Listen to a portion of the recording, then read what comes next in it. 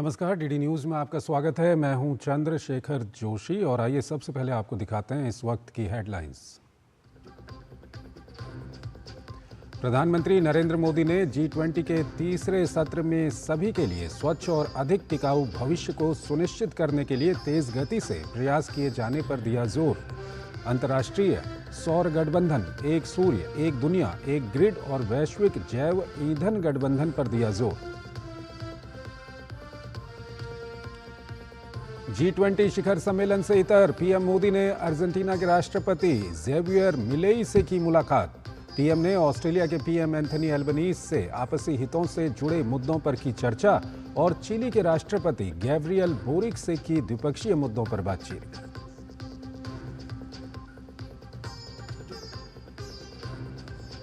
चीन के विदेश मंत्री से मिले एस जयशंकर, संबंधों में अगले कदम को लेकर हुई चर्चा। कैलाश मानसरोवर यात्रा को फिर शुरू करने पर भी हुई बात।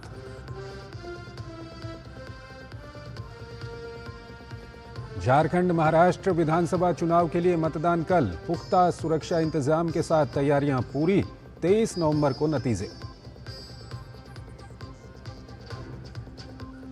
आचार संहिता उल्लंघन के आरोपों पर विनोद तावड़े पर एफआईआर दर्ज। भाजपा महासचिव ने कहा, मामले की होनी चाहिए निष्पक्ष जांच। भाजपा का आरोप, विपक्ष रच रहा है चुनावों को भ्रमित करने की साजिश।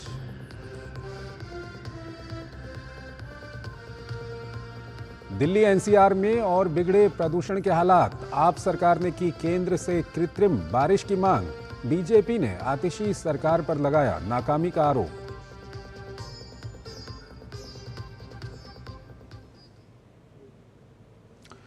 और आइए अब खबरों को विस्तार से देखते हैं। प्रधानमंत्री नरेंद्र मोदी ने सतत विकास और ऊर्जा परिवर्तन पर आयोजित G20 के तीसरे सत्र में सभी के लिए स्वच्छ और अधिक टिकाऊ भविष्य को सुनिश्चित करने के लिए तेज गति से प्रयास किए जाने पर जोर दिया। उन्होंने इसके लिए अंतर्राष्ट्रीय सौर गठबंधन, एक सूर्य, एक दुनिया, एक ग्रिड और वैश्विक जैव ईंधन गठबंधन के साथ ही वाराणसी जीवन शैली परंपरा और पहलों का भी जिक्र किया।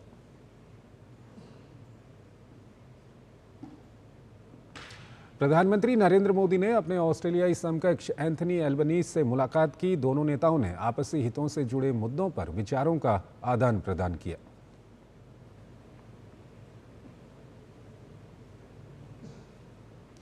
G20 शिखर सम्मेलन से इतर प्रधानमंत्री नरेंद्र मोदी ने अर्जेंटीना के राष्ट्रपति जेवियर मिलेई से मुलाकात की। बैठक में द्विपक्षीय सहयोग से जुड़े अहम मुद्दों पर विचार विमर्श किया गया। प्रधानमंत्री नरेंद्र मोदी ने चिली के राष्ट्रपति गैब्रियल बोरिक से भी मुलाकात की। रियो में G20 शिखर सम्मेलन से इतर हुई इस बैठक में अहम द्विपक्षीय मुद्दों पर चर्चा हुई।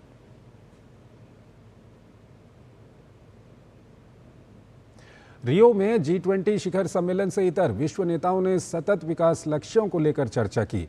प्रधानमंत्री नरेंद्र मोदी के साथ साथ विश्व के प्रमुख नेताओं ने मंथन में हिस्सा लिया।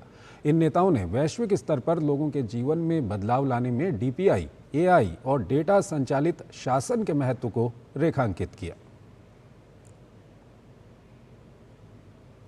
इससे पहले ब्राजील के राष्ट्रपति ने अपने यहां G20 शिखर सम्मेलन के लिए भारत की मेजबानी में हुए पिछले G20 सम्मेलन को प्रेरणा बताया है। उन्होंने पीएम मोदी को बताया कि उन्होंने नई दिल्ली G20 से प्रेरित होकर कई चीजें इस सम्मेलन में शामिल की। ब्राजील के राष्ट्रपति ने पीएम को बताया कि उनका देश इस सम्मेलन की मेजबानी उसी दक्षता के साथ करना चाहता था जैसा पिछली बार भारत ने किया। प्रधानमंत्री नरेंद्र मोदी ने कहा कि रियो डी जेनेरो में G20 शिखर सम्मेलन के दौरान राष्ट्रपति लूला से बातचीत में G20 की अध्यक्षता के दौरान ब्राजील के विभिन्न प्रयासों पर उनकी सराहना की। पीएम ने कहा कि हमने अपने देशों के बीच द्विपक्षीय संबंधों की पूरी श्रृंखला का जायजा लिया और ऊर्जा, जैव ईंधन, रक्षा, कृषि और अन्य क्षेत्रों में सहयोग में सुधार के लिए अपनी प्रतिबद्धता की पुष्टि की। प्रधानमंत्री नरेंद्र मोदी ने ब्राजील को भूख और गरीबी के खिलाफ वैश्विक सहयोग पर पूरा समर्थन दिए जाने का भरोसा दिया। दोनों देशों के नेताओं ने नवीकरणीय ऊर्जा, जैव ईंधन, रक्षा, कृषि, स्वास्थ्य सेवाओं और डिजिटल प्रौद्योगिकी के क्षेत्र में वृहद सहयोग के लिए संभावनाओं को तलाशने पर चर्चा की। विदेश मंत्री डॉक्टर एस जयशंकर ने G20 शिखर सम्मेलन के मौके पर रियो डी जेनेरो में चीन के विदेश मंत्री वांग यी से मुलाकात की। मुलाकात के दौरान दोनों मंत्रियों ने माना कि सीमावर्ती क्षेत्रों में सैनिकों की वापसी ने शांति और स्थिरता बनाए रखने में योगदान दिया है। ये चर्चा भारत चीन संबंधों के आगामी कार्यक्रमों पर केंद्रित रही। दोनों नेताओं के बीच विशेष प्रतिनिधियों और विदेश सचिव उप मंत्री तंत्र की जल्द बैठक पर सहमति बनी। चर्चा में कैलाश मानसरोवर तीर्थ यात्रा को फिर से शुरू करना, सीमा पार नदियों पर डेटा साझा करना, भारत और चीन के बीच सीधी उड़ानें और मीडिया आदान प्रदान आदि विषय शामिल रहे। एस जयशंकर ने माना कि वैश्विक स्थिति और अंतर्राष्ट्रीय मुद्दों पर भारत और चीन के बीच मतभेद और समानताएं दोनों हैं। हमने ब्रिक्स और SCO ढांचे में रचनात्मक रूप से काम किया है और G20 में भी हमारा सहयोग स्पष्ट रहा है। विदेश मंत्री ने कहा कि हम बहुध्रुवीय एशिया सहित बहुध्रुवीय दुनिया के लिए दृढ़ता से प्रतिबद्ध हैं। उन्होंने कहा, जहां तक भारत का सवाल है, हमारी विदेश नीति सैद्धांतिक और सुसंगत रही है, जो स्वतंत्र विचार और कार्रवाई से चिन्हित है। हम प्रभुत्व स्थापित करने के एकतरफा दृष्टिकोण के खिलाफ हैं। एस जयशंकर ने कहा कि भारत अपने रिश्तों को दूसरे देशों के चश्मे से नहीं देखता। विदेश मंत्री वांग यी ने एस जयशंकर से सहमति व्यक्त की कि भारत चीन संबंधों का विश्व राजनीति में विशेष महत्व है। दोनों मंत्रियों ने भारत और चीन के बीच संबंधों को स्थिर करने, मतभेदों को सुलझाने और अगले कदम उठाने पर सहमति व्यक्त की।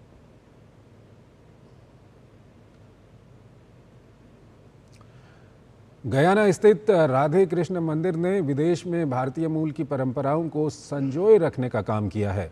राधे कृष्ण मंदिर के पुजारी गयाना यात्रा पर आ रहे प्रधानमंत्री नरेंद्र मोदी के स्वागत के लिए उत्सुक भी नजर आ रहे हैं।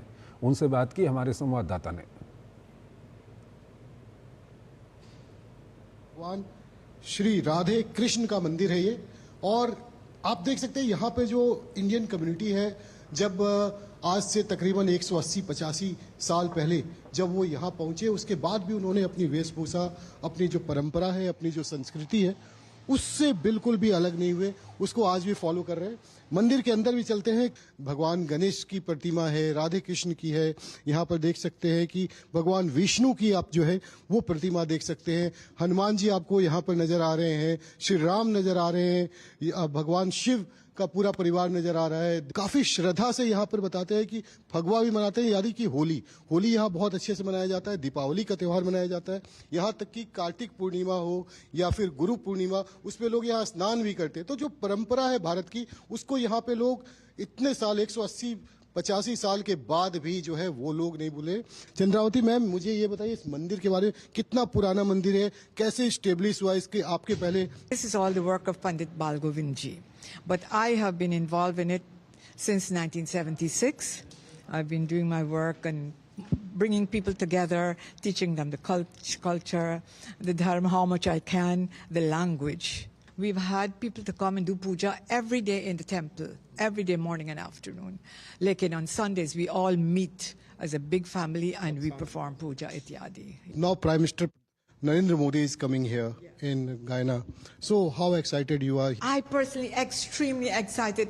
I tell you what, it's one of my dreams that come true, but it's not fully, because I had wanted to tie Rakhi on his hand so much. I see him and love him like a brother. I appreciate him. I pray for him that may he continue doing this good work, this selfless work, because I learned from him that it's duty before self. Pray that his mission here in Guyana may be very successful. अब पूरे विश्व में प्रधानमंत्री नरेंद्र मोदी को के स्वागत के लिए अब वो जहां भी जाते, लोग इसी तरीके से उनके स्वागत में आपको उत्तेजित नजर आते हैं, उनका आदत करना चाहते हैं। कैमरामैन सौरभ बख्शी के साथ अभिषेक सिंह, DD न्यूज, गायना। प्रधानमंत्री नरेंद्र मोदी 3 दिन की यात्रा पर ब्राजील से गयाना पहुंचेंगे। 50 साल के इतिहास में ये पहली बार होगा जब कोई भारतीय प्रधानमंत्री दक्षिणी अमेरिकी देश गयाना का दौरा करेंगे। इसी क्रम में गयाना के राष्ट्रपति डॉक्टर मोहम्मद इरफान अली ने दूरदर्शन के संवाददाता रमेश रामचंद्रन से विशेष इंटरव्यू में कहा कि प्रधानमंत्री मोदी विश्व स्तर पर मजबूत नेतृत्व का प्रतिनिधित्व कर रहे हैं। Global leadership does not happen by accident. global leadership occurs when you have strong local leadership in the country itself. And Prime Minister Modi has demonstrated a strength of leadership that has really positioned India globally and has opened up many opportunities for India and a greater level of regard for India. So what I've seen in India is a country that is accelerating at a rapid pace. साथ ही Guyana के राष्ट्रपति doctor Mohammad Irfan Ali ने कहा कि वो चाहते हैं कि गयाना डिजिटलीकरण और नवाचार के क्षेत्र में भारत की सफलता से लाभान्वित हो। We will launch our Forest Guyana Digital School, which is built off of an Indian platform. We have thousands of students studying online at various Indian universities. So what I would say is that a lot of the technological advancement in improving governance efficiency, improving access to service, expanding access to service that you have mastered. Of course, we want to learn and to adopt those technologies here. Maharashtra और झारखंड में कल विधानसभा चुनाव होंगे। महाराष्ट्र की सभी 288 विधानसभा सीटों पर कल एक ही चरण में वोटिंग होगी, तो झारखंड में कल दूसरे दौर के मतदान के तहत 38 सीटों पर मतदान होगा। दोनों ही राज्यों में निष्पक्ष चुनाव के लिए चुनाव आयोग ने पूरी तैयारी कर ली है, तो सुरक्षा के भी पुख्ता इंतजाम किए गए हैं। महाराष्ट्र विधानसभा के सभी सीटों और झारखंड विधानसभा के दूसरे चरण में 38 सीटों के लिए बुधवार को मतदान होगा। दोनों राज्यों में शांतिपूर्ण मतदान कराने के लिए चुनाव आयोग और राज्य प्रशासन ने पूरी तैयारियां कर ली हैं। महाराष्ट्र विधानसभा के लिए 288 सीटों पर एक ही चरण में मतदान होगा। महाराष्ट्र में 9.7 करोड़ मतदाता 4136 उम्मीदवारों का भविष्य तय करेंगे। मतदान सुबह 7 बजे से शाम 6 बजे तक होना है। राज्य में कुल 1,427 मतदान केंद्र स्थापित किए गए हैं। संवेदनशील मतदान केंद्रों पर केंद्रीय रिजर्व पुलिस बल की विशेष टुकड़ियां तैनात की गई हैं। वहीं दूरदराज क्षेत्रों में मतदान कर्मियों को ईवीएम और वीवीपैट मशीनों को लेकर रवाना किया जा रहा है। राज्य में मुख्य मुकाबला सत्तारूढ़ महायुति गठबंधन और महाविकास आघाड़ी गठबंधन के बीच है। महायुति गठबंधन में भाजपा, मुख्यमंत्री एकनाथ शिंदे के नेतृत्व वाली शिवसेना और उप मुख्यमंत्री अजित पवार के नेतृत्व वाली राष्ट्रीय कांग्रेस पार्टी यानी कि एनसीपी शामिल है। वहीं महाविकास आघाड़ी में कांग्रेस, शिवसेना, यूबीटी और एनसीपी शरद पवार शामिल है। महायुति गठबंधन में सीटों के बंटवारे की बात करें तो बीजेपी 149 सीटों पर चुनाव लड़ रही है। शिवसेना 81 सीटों पर और अजित पवार के नेतृत्व वाली एनसीपी ने 59 सीटों पर उम्मीदवार उतारे हैं। वहीं महाविकास आघाड़ी गठबंधन की बात की जाए तो कांग्रेस के 101 उम्मीदवार मैदान में हैं। शिवसेना यूबीटी ने 95 और एनसीपी यानी कि एसपी ने 86 उम्मीदवार खड़े किए हैं। वहीं झारखंड विधानसभा चुनाव के दूसरे चरण में बुधवार को 11 जिलों के 38 सीटों पर मतदान होगा। झारखंड में शांतिपूर्ण मतदान कराने के लिए सुरक्षा के कड़े बंदोबस्त किए गए हैं। मतदान के लिए 14,218 बूथ बनाए गए हैं। इनमें से 31 बूथों पर सुबह 7 से शाम 4 बजे तक, जबकि बाकी क्षेत्रों में शाम 5 बजे तक वोटिंग होगी। सेकंड फेज में टोटल 14,218 बूथ है। इसी बूथ में केवल 13 बूथ में वो कैंपेन टाइम है, वो 4 बजे खत्म होगी। दूरदराज और दुर्गम क्षेत्रों में मतदान के लिए पोलिंग पार्टियों को रवाना किया जा रहा है। वोटिंग कराने को लेकर मतदान कर्मी भी उत्साह से लबरेज नजर आ रहे हैं। इस लोकतंत्र के महापर्व में हम भी सहभागी बने हैं, ये गौरव का विषय है। और आज जो है सो बहुत आनंदित हैं। हमारी टीम जो है सो तैयार है। हम लोग निष्पक्ष शांतिपूर्ण तरीके से चुनाव कराएंगे। झारखंड में 20 नवंबर को जिन 38 सीटों पर वोटिंग होनी है, उनमें 28 सीटों पर एनडीए और इंडी गठबंधन के बीच सीधा मुकाबला है, जबकि 10 सीटें ऐसी हैं जहां पर त्रिकोणीय मुकाबला माना जा रहा है। झारखंड और महाराष्ट्र के अलावा 20 नवंबर को उत्तर प्रदेश की 9, पंजाब की 4, केरल और उत्तराखंड की 1-1 सीट और महाराष्ट्र की नांदेड़ संसदीय सीट के लिए मतदान होंगे। स्वतंत्र, निष्पक्ष और शांतिपूर्ण चुनाव कराने के लिए चुनाव आयोग की तरफ से भी सभी तैयारियां पूरी की जा चुकी हैं। Bureau report, DD news. Bahujan Vikas Aghadi द्वारा भाजपा नेता विनोद तावड़े पर महाराष्ट्र चुनाव से पहले पैसे बांटने के आरोप पर देवेंद्र फडणवीस ने कहा कि विनोद तावड़े हमारे राष्ट्रीय महामंत्री हैं, वो वहां पर केवल कार्यकर्ताओं से मिलने गए थे, न कोई पैसा उनके पास था, न कोई पैसा मिला है और न ही कोई पैसा बांटा गया है। उन्होंने कहा कि विपक्ष को जो पराजय दिख रही है उसे कवर करने के लिए ही ये सब किया जा रहा है। विनोद तावड़े जी हमारे राष्ट्रीय महामंत्री हैं, वो वहाँ पर केवल कार्यकर्ताओं को मिलने के लिए गए थे। न कोई पैसा उनके पास था, न कोई पैसा मिला है, न कोई पैसा बांटा गया है। एक प्रकार से प्लान करके हमला बोला गया।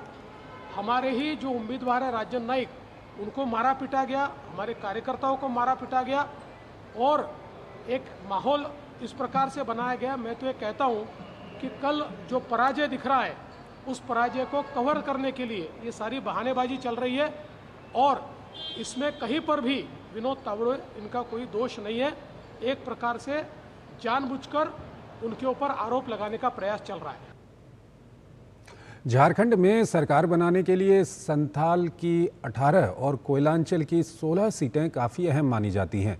दूसरे चरण में जिन 38 सीटों पर 20 नवंबर को मतदान होना है, उनमें से 28 सीटों पर एनडीए और इंडी गठबंधन के बीच सीधा मुकाबला है, जबकि 10 सीटें त्रिकोणीय संघर्ष के 10 सीटों पर आसार हैं। ये रिपोर्ट देखिए। चरण के चुनावी समर में राज्य की 38 सीटों पर 20 नवंबर को वोटिंग होगी, जिसमें संथाल की 18, कोयलांचल की 16 और रांची एवं रामगढ़ की 2-2 सीटें शामिल हैं। वीरों की भूमि संथाल और कोयला खदानों के लिए प्रसिद्ध कोयलांचल की जंग सत्ता शीर्ष पर पहुंचने की सीढ़ी मानी जाती है। संथाल की 7 सीटें दुमका, जामा, शिकारीपाड़ा, बोरियो, बरहेट, महेशपुर और लिट्टीपाड़ा अनुसूचित जनजाति के लिए आरक्षित है, जबकि 1 सीट देवघर अनुसूचित जाति के लिए रिजर्व है। 10 सीटें सामान्य श्रेणी की हैं। पिछले चुनाव में झारखंड मुक्ति मोर्चा ने इन 18 में से आधी 9 सीटें जीती थी। कांग्रेस को 4 सीटें जरमुंडी, महगामा, पाकुड़ और जामतारा में जीत हासिल हुई थी। भाजपा ने राजमहल, सारठ, गोड्डा और देवघर में जीत का पताका लहराया था। वहीं पोड़ैयाहाट से झारखंड विकास मोर्चा के प्रदीप यादव चुनाव जीते थे, जो बाद में कांग्रेस में शामिल हो गए। संथाल पर नजर रखने वाले पत्रकार सुरेंद्र सोरेन ने कहा कि इस बार संथाल का चुनावी रण दिलचस्प होने जा रहा है। अनरिजर्व सीट गोड्डा, पोड़ैयाहाट, महागामा, मधुपुर, देवघर, सारठ, ये जो अनरिजर्व सीटें हैं, यहाँ बीजेपी को एज मिलने जा रही है। मुझे ऐसा मालूम चल रहा है, या फिर बीजेपी की मजबूत स्थिति वहां दिखाई पड़ रही है। पर जो रिजर्व सीटें हैं, बोरियो, बरहेट, लिट्टीपाड़ा, शिकारीपाड़ा, महेशपुर, ये जो सीटें हैं, जो रिजर्व सीटें हैं, वहां झारखंड मुक्ति मोर्चा की स्थिति मुझे थोड़ी मजबूत दिखाई दे रही है बनिस्बत बीजेपी। दिलचस्प बात यह है कि संथाल की 3 विधानसभा सीटें बरहेट, शिकारीपाड़ा और लिट्टीपाड़ा ऐसी है जहां से भाजपा कभी नहीं जीती है, जबकि 15 सीटें ऐसी है जहां कम से कम एक बार भाजपा ने जीत का स्वाद चखा है। 24 की जंग में इस बार बांग्लादेशी घुसपैठ का मुद्दा छाया हुआ है, जिस पर आरोप प्रत्यारोप भी खूब हुए। ये जरूर है कि बांग्लादेशी घुसपैठ का मुद्दा जो सतही तौर पर मालूम चल रहा हो, लेकिन इसका इम्पैक्ट आदिवासियों पर पड़ा है। संथाल के साथ ही इस चरण में कोयलांचल अंतर्गत बोकारो, गिरिडीह और धनबाद के अलावा रांची और रामगढ़ की कुल 20 सीटें भी दोनों गठबंधन के लिए अहम है। वर्तमान में इन 20 में से 9 सीट एनडीए के पास है, जिसे इस बार बचाने और बढ़ाने के लिए एनडीए ने खूब पसीना बहाया है। इलाके के जानकार ज्ञानवर्धन मिश्रा ने कहा कि झारखंड विधानसभा में दबदबे के लिए यह इलाका खास है। झारखंड विधानसभा के चुनाव में इस बार संथाल परगना, खासकर कोयलांचल की भूमिका बड़ी महत्वपूर्ण साबित होगी। संथाल और कोयलांचल में 20 को मतदान है और जनता इसके लिए तैयार है। संथाल जहां वीरों की भूमि है, वहीं कोयलांचल मेहनतकशों की जमीन है। दोनों क्षेत्रों की भौगोलिक स्थिति अलग अलग है और मुद्दे भी अलग हैं। संथाल में जहां पिछले चुनाव में जेएमएम मजबूत रहा था, वहीं कोयलांचल में भाजपा का दबदबा दिखा था। इस बार इन दोनों क्षेत्रों में जनता पर जिसका जादू चलेगा, उसके सिर ताज बंधने के आसार प्रबल होंगे। दूरदर्शन समाचार के लिए विकास के साथ मैं दिवाकर कुमार।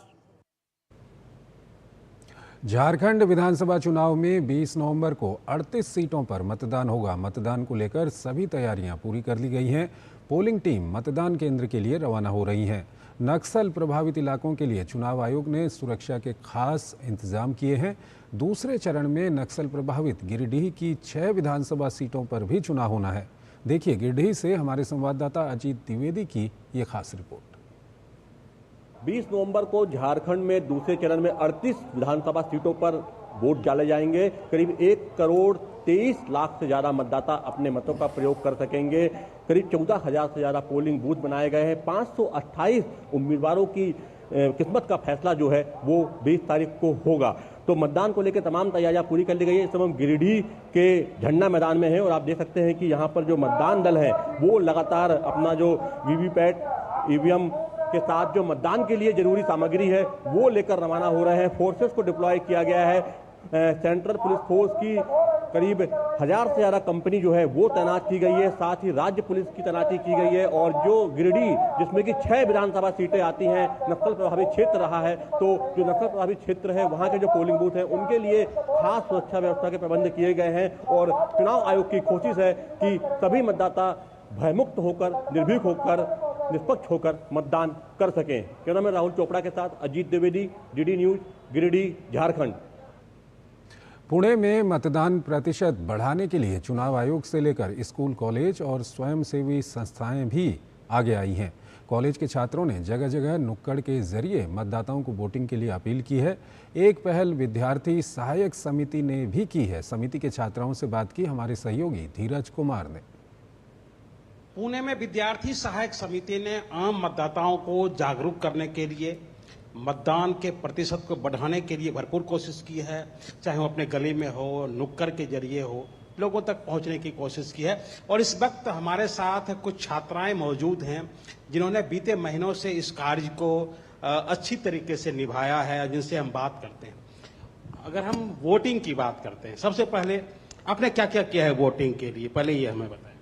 पुणे में जो वोटिंग की टक्केवारी है वो बहुत कम है, इसलिए हम समिति की छात्राओं ने मिलकर आसपास के कुछ एरिया में जाकर स्ट्रीट्स प्ले किए हैं और हमने रैली भी निकाली है कि लोगों में मतदान के प्रति जनजागृति बढ़े। क्यों जरूरी होता है एक स्वस्थ लोकतंत्र के लिए अधिक से अधिक मतदान का होना? हर एक वोट अलग वैल्यू रखता है, क्योंकि हम जो पब्लिक डेमोक्रेसी है हमारी, हम अपना प्रतिनिधि खुद चुनते हैं। अगर एक भी वोट से कम हो जाए तो दूसरा प्रतिनिधि चुना जाता है। इसलिए अगर कोई जो गलत इंसान है उसे अगर ज्यादा वोट मिलते हैं तो गलत इंसान चुना जा सकता है। इसलिए हर एक वोट का मतलब महत्व है। क्या मैसेज आप देना चाहेंगे ऐसे लोगों के लिए जो कि वोट देने के लिए घर से बाहर नहीं निकलते, उसको कुछ कहना चाहेंगे आप? हाँ, स्पेशली मतलब हमारा पॉलिटिकल जो डिसऑर्डर है उसके लिए मुझे लगता है हमारा वोटिंग परसेंटेज डाउन हो गए है। लेकिन वो समझ नहीं पाते कि हमने अगर उतना भी वोट नहीं किया तो उससे भी ज्यादा डिसऑर्डर हो सकता है, इसलिए उन्होंने वोट करना चाहिए, हमारा वो ड्यूटी है। पुणे शहर में या अपने आसपास के इलाकों में आम जनता को जागरूक करने की कोशिश की है और उन्होंने बताया है कि किस तरीके से आपके एक वोटिंग से यहाँ का लोकतंत्र कैसे मजबूत हो सकता है, कैसे अच्छे प्रतिनिधि को आप चुन सकते हैं। कैमरा में सुमित धीमान के साथ धीरज कुमार, डीडी न्यूज, पुणे। बीते कई दिनों से दिल्ली एनसीआर में वायु प्रदूषण बेहद खराब स्थिति में बना हुआ है। आज भी दिल्ली में कई जगहों पर AQI 500 के पार दर्ज किया गया। ग्रेफ की सख्त पाबंदियों के बाद भी प्रदूषण में कमी नज़र नहीं आ रही है और हेल्थ इमरजेंसी लगातार बनी हुई है। इस पूरे मामले पर भाजपा ने दिल्ली में आज आम आदमी पार्टी के खिलाफ प्रदर्शन किया तो लोगों के बीच मास्क बांटे। दिल्ली एनसीआर में सोमवार के बाद मंगलवार को दूसरी सबसे ज्यादा खराब हवा गुणवत्ता वाली सुबह देखी गई, जहां सुबह भी अधिकांश AQI 500 अंक को छू गई। खराब गुणवत्ता की हवा को देखते हुए दिल्ली एनसीआर में स्कूलों को भी बंद कर दिया गया है और सभी क्लास ऑनलाइन ली जा रही हैं। इस बीच दिल्ली के पर्यावरण मंत्री गोपाल राय ने मंगलवार को केंद्रीय पर्यावरण मंत्री भूपेंद्र यादव को पत्र लिखकर दिल्ली सरकार, IIT कानपुर और DGCA, गृह मंत्रालय, रक्षा मंत्रालय के साथ आपातकालीन बैठक बुलाने का अनुरोध किया। पत्र में आपातकालीन उपाय के रूप में दिल्ली में क्लाउड सीडिंग करने की मंजूरी जारी करने की अपील की गई है। वायु प्रदूषण से लगातार बिगड़ती स्थिति को लेकर दिल्ली भाजपा ने वायु प्रदूषण के मुद्दे पर आपके नेतृत्व वाली दिल्ली सरकार के खिलाफ विरोध प्रदर्शन किया। भाजपा नेताओं का कहना है कि अगर आम आदमी पार्टी की सरकार को नहीं हटाया गया तो दिल्ली वासी को हर बार मास्क पहनना होगा। बयानबाजी, विज्ञापनबाजी और प्रचार से प्रदूषण नहीं रुकेगा।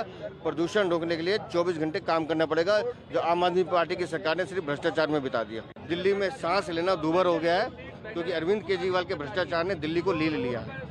बिना मास्क के चलना अपने जीवन को भारी खतरे में डालना है। ऐसी स्थिति में अब हम लोगों को जागरूक कर रहे हैं, अवेयर कर रहे हैं। पोल्यूशन इज स्टेट सब्जेक्ट और दिल्ली सरकार में बैठे हुए लोगों ने मौत परोसी है। वहीं इससे पहले पराली प्रबंधन की प्रशंसा को लेकर दिल्ली की सीएम आतिशी घिरती नजर आ रही हैं, जबकि आंकड़े बताते हैं कि पंजाब में पराली जलाने के एक दिन में सबसे अधिक मामले दर्ज किए गए हैं। काफ़ी फाइन इकट्ठा हुआ है पिछले सालों से, तो बहुत ज़्यादा है और उसमें वो करोड़ों में गया है और उसकी प्रक्रिया चलती रहती है, क्योंकि यदि जिस दिन जैसे अब 1200 केस आए तो एकदम से जाके फाइन लगेगा, ऐसा नहीं हो सकता। स्वास्थ्य समस्याओं से जूझते आम लोग भी अब दिल्ली सरकार के प्रदूषण नियंत्रण के प्रयासों पर सवाल उठा रहे हैं। पिछले 2 साल से आया था, मैं इतना पोल्यूशन नहीं था, लेकिन अभी घूमने के लिए बहुत तकलीफ हो रही है यहाँ पे। AQI जो कि एयर क्वालिटी इंडेक्स है, वो काफ़ी दूसरे शहरों से बहुत ज़्यादा ही सीवियर पोल्यूट हो चुका है। When my eyes were irritating and I couldn't breathe properly, then I got to know that it's a very polluted air and I couldn't differentiate between fog and polluted air. इससे पहले ही grab 3 को लागू करने में हुई देरी को लेकर सुप्रीम कोर्ट ने दिल्ली सरकार को फटकारते हुए साफ कहा कि ग्रैप 4 कोर्ट के आदेश के बगैर नहीं हटाई जाएगी। हर साल प्रदूषण को लेकर कुप्रबंधन के आरोपों में घिरती दिल्ली सरकार लगातार अपनी विफलता से भागती नजर आ रही है। Bureau report, DD news.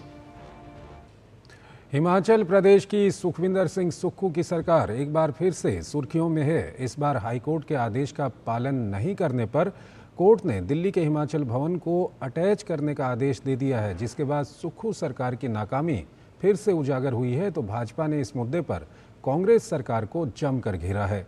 चुनाव जीतने के बाद से ही हिमाचल की कांग्रेस सरकार अपनी वित्तीय कुप्रबंधन और चुनावी वायदों को पूरा न करने को लेकर सवालों के घेरे में है। तो इस नए मामले ने सुक्खू सरकार की फिर से फजीहत करा दी है। पहले से ही वित्तीय अनियमितता के आरोपों में घिरी हिमाचल प्रदेश की सुक्खू सरकार की मुश्किलें बढ़ती नजर आ रही हैं। ताजा मामले में हिमाचल प्रदेश हाईकोर्ट ने एक आदेश पारित करते हुए दिल्ली के मंडी हाउस स्थित हिमाचल भवन को अटैच करने का आदेश दिया है। हाईकोर्ट का ये आदेश एक बिजली कंपनी की रकम न लौटाने से जुड़े मामले में आया है। इस मामले पर हिमाचल सरकार फिलहाल बचने की कोशिश कर रही है। नहीं, मैंने अभी हाई कोर्ट का जो आदेश है उसको मैंने पढ़ा नहीं है, लेकिन अपफ्रंट प्रीमियम जो है वो एक पॉलिसी के तहत है। हमने अब एक रिजर्व प्राइस पर मेगावाट जैसे 10 लाख रिजर्व प्राइस रखा था, उस पर उन कंपनियों ने बोली थी, और इस प्रकार के आदेश अगर आए तो उसके बारे में हम अध्ययन करेंगे। हिमाचल प्रदेश का जो हिमाचल भवन है दिल्ली में, वो पूरे हिमाचल का एक आईना है, एक पिक्चर है और एक हमारा स्टेटस सिंबल है हिमाचल प्रदेश का। तो उसको इस तरीके से अटैच होना, मैं समझता हूँ कि उसके लिए लीगल ओपिनियन लिया जाएगा। हिमाचल प्रदेश की बिगड़ती वित्तीय स्थिति और राज्य की हो रही फजीहत को लेकर भाजपा ने हिमाचल की कांग्रेस सरकार पर जमकर हमला बोला है और सुक्खू सरकार पर वित्तीय कुप्रबंधन का आरोप लगाया है। हिमाचल प्रदेश में आपकी सरकार में हिमाचल भवन जैसे जगह है, जो प्रॉपर्टीज हैं वो नीलाम हो रही है, वो अटैच कर दी गई। इससे बड़ा दुर्भाग्य कोई हो नहीं सकता है। कांग्रेस का केवल एक ही उद्देश्य है, जहां पर भी वो सत्ता में आती है बड़े बड़े वादे तो करती है, पर वो वादे झूठे होते हैं, लूट मचाती है और उन प्रदेशों की तिजोरियां, क्योंकि राहुल गांधी को तिजोरी बड़ा पसंद है, तिजोरियां खाली कर देती है। राहुल गांधी की इकोनॉमिक्स की वजह से हिमाचल प्रदेश के अंदर चीफ सेक्रेटरी को पैसे देने के नहीं है। उनकी इकोनॉमिक्स के वजह से हिमाचल भवन नीलाम हो रहा है। उनकी खटाखट इकोनॉमी की वजह से मिल्क सेस के कारण बिजली के दाम बढ़ चुके हैं। दरअसल हिमाचल प्रदेश के लाहौल स्पीति में एक हाइड्रो पावर प्रोजेक्ट लगना था, जिसके लिए सैली हाइड्रो पावर कंपनी को ठेका मिला था, लेकिन हिमाचल सरकार द्वारा जरूरी सुविधाएं उपलब्ध न कराए जाने की वजह से कंपनी ने प्रोजेक्ट को सरकार को वापस कर दिया। लेकिन हिमाचल सरकार ने अपफ्रंट प्रीमियम कंपनी को वापस नहीं किया, जिसके बाद कंपनी ने अदालत का रुख किया और अदालत ने हिमाचल सरकार को आदेश दिया कि वो कंपनी को उसका 64 करोड़ रुपए वापस करे। लेकिन हिमाचल सरकार ने अदालत के आदेश का पालन नहीं किया, जिसके बाद हिमाचल हाईकोर्ट ने हिमाचल सरकार के दिल्ली में मौजूद हिमाचल भवन को अटैच करने का आदेश दिया है। शिमला ब्यूरो के साथ bureau report, DD news. Lok Sabha अध्यक्ष ओम बिरला ने मंगलवार को 18वीं लोकसभा के शीतकालीन सत्र से पहले संसद भवन परिसर में विभिन्न व्यवस्थाओं और सुविधाओं का निरीक्षण किया। मौके पर ओम बिरला ने कहा कि शीतकालीन सत्र के दौरान संसद भवन परिसर में कई महत्वपूर्ण कार्यक्रम आयोजित किए जाएंगे, जिनमें संविधान दिवस, डॉक्टर BR अम्बेडकर का महापरिनिर्वाण दिवस और संसद पर हमले की वर्षगांठ शामिल है। इस वर्ष का संविधान दिवस खास है क्योंकि इस वर्ष भारत के संविधान को स्वीकार किए जाने की 75वीं वर्षगांठ मनाई जा रही है। उन्होंने सभी संबंधित अधिकारियों को निर्देश दिया है कि सत्र के दौरान सभा की कार्यवाही के सुचारू संचालन के लिए सभी आवश्यक व्यवस्थाएं की जाएं। तेलंगाना के मुख्यमंत्री रेवंत रेड्डी द्वारा महाराष्ट्र में कांग्रेस के सत्ता में आने पर मुसलमानों को 4% आरक्षण देने की घोषणा के बाद भाजपा हमलावर है। भाजपा नेता और MLC N रामचंद्र राव ने रेवंत रेड्डी पर आचार संहिता का उल्लंघन करने का आरोप लगाया। साथ ही उन्होंने रेवंत रेड्डी पर निशाना साधते हुए कहा कि इस तरह के वादे केवल धर्म के नाम पर वोट मांगने की कोशिश है और ये संविधान विरोधी है। मुसलमान वोटों के लिए आपने ये जो वादा किया है, एक इलेक्शन कोड का एक वायलेशन भी है। दूसरी बात ये रही कि जो 4% यहाँ आरक्षण मुसलमानों को मिल रहा है, ये सुप्रीम कोर्ट में अभी उसका पूरा कॉन्स्टिट्यूशन बेंच का एक निर्णय आना है, अभी नहीं आया है, ये पेंडिंग में है। लेकिन मैं रेवंत रेड्डी से पूछना चाहता हूं, जब केंद्र सरकार ने 10% EBC आरक्षण दिया है, उसमें भी मुसलमान आते हैं और यहाँ 4% में भी मुसलमान आते हैं, तो ये दो डबल बेनिफिट जो आप मुसलमानों को दे रहे हैं, ये कहाँ तक न्याय है और ये कहाँ तक लाजमी है। तो इसीलिए कांग्रेस पार्टी हमेशा धर्म के आधार पर लोगों को भड़काती है। बंगाल की मौजूदा राजनीतिक और सामाजिक स्थिति पर बंगाल के राज्यपाल डॉक्टर CV आनंद बोस ने DD न्यूज़ से बातचीत में कहा कि कोलकाता पुलिस का एक वर्ग भ्रष्ट, अपराधी और राजनीतिक है। उन्होंने कहा कि मुख्यमंत्री भी राज्यपाल के सवालों का जवाब नहीं देती। राज्यपाल डॉक्टर CV आनंद बोस ने राज्य की कानून व्यवस्था को लेकर चिंता जताई। डॉक्टर CV आनंद बोस से खास बातचीत की हमारे संवाददाता प्रसन्नजीत बख्शी ने। पिछले 2 सालों से काफ़ी गलत कारणों से बंगाल पूरे देश में सुर्खी बटोरे है। इसलिए बात करने के लिए हमारे साथ है डॉक्टर CV आनंद बोस। जो हम देख रहे हैं पिछले 2 साल से कि किसी न किसी तरह हम लोग सुर्खियों पे है, गोली के कारण या नारी निर्यातन के कारण या बॉम्ब के कारण। इस तरह से आपकी 2 साल की जो तजुर्बा है, how you feel like that? Bengal के सबसे बड़ा दुश्मन 2 है, वायलेंस, करप्शन। राज्यपाल नाते उसके विरुद्ध लड़ाई करने का कोशिश मैं करता हूँ। मेरे साथ बंगाल के सारे लोग इकट्ठा हो गए, इस फाइट में हम ज़रूर जीतेंगे। मैंने अहम चार्ज लेने के बाद 2 मंत्री के बारे में प्रोसिक्यूशन का परमिशन दिया। 2 मंत्री अब जेल में है और भी कंप्लेंट आए हैं। जो कुछ करना है आवश्यक कार्यवाही मैं ज़रूर करूँगा। मेरे अगेंस्ट मी क्रिटिसिज्म्स होगा, बार्ब्स होगा। बंगाल की लॉ एंड ऑर्डर के बारे में आप क्या कहेंगे? बार बार इस तरह की घटना घटते रहते हैं। बहुत चिंता की विषय है। Law and order is not maintain properly here. The state government is failing in its duty on many occasions. As governor I intervene, I admonish them, I advise them. Police के ऊपर लोगों की भरोसा कम हो गया है। पुलिस अलग अलग जगह पर अटैक्ट है और पुलिस शायद ठीक तरह से काम नहीं कर पा रही है। बंगाल के पुलिस, कलकत्ता पुलिस इन पर्टिकुलर, उनमें से एक सेक्शन करप्ट है, एक सेक्शन क्रिमिनल है, क्रिमिनलाइज्ड है और एक सेक्शन पॉलिटिसाइज्ड है। ये तो अच्छा हालत नहीं। बीच बीच में लगता है कि बंगाल के लोग काफी निराश है और आपके ऊपर भरोसा है, तो आपकी तरफ से क्या मैसेज है? I will be with them. मैं बंगाल के आम आदमी के साथ रहूँगा और मेरा कर्तव्य है। बंगाल की महामहिम डॉक्टर CV आनंद बोस काफ़ी चिंतित है जिस तरह से बंगाल की कानून व्यवस्था है, जिस तरह से बंगाल की पुलिस की कार्रवाई है, ये सब को लेकर। कोलकाता से प्रसन्नजीत बख्शी, DD न्यूज़ के लिए। प्रधानमंत्री आवास योजना बेघरों और कच्चे मकान में रहने वाले लोगों के लिए वरदान साबित हो रही है। राजस्थान के अंतिम छोर पर स्थित 12 जिले में भी इस योजना के चलते लोगों के पक्के मकान का सपना पूरा हो रहा है। प्रधानमंत्री नरेंद्र मोदी की हर व्यक्ति को पक्का आवास देने की दृढ़ संकल्पता अब धरातल पर उतर चुकी है। जिन लोगों को आवास मिल चुके हैं वो सरकार को इसके लिए धन्यवाद दे रहे हैं। भारत के प्रधानमंत्री श्री नरेंद्र मोदी जी के द्वारा जो प्रधानमंत्री आवास योजना चलाई गई है उसमें बिल्कुल गरीब तबके के लोगों को जो प्रधानमंत्री आवास मिले हैं, आज वो उनका बिल्कुल सुकुशल व्यवस्थित रूप से उनका जीवन वो मकानों में रह के व्यतीत कर रहे हैं। पहले सर कच्चा मकान था, पूरा डस रहा था और बरसात में भी बहुत परेशानी आती है, बच्चों को सुलाने में सबकी परेशानी आती थी।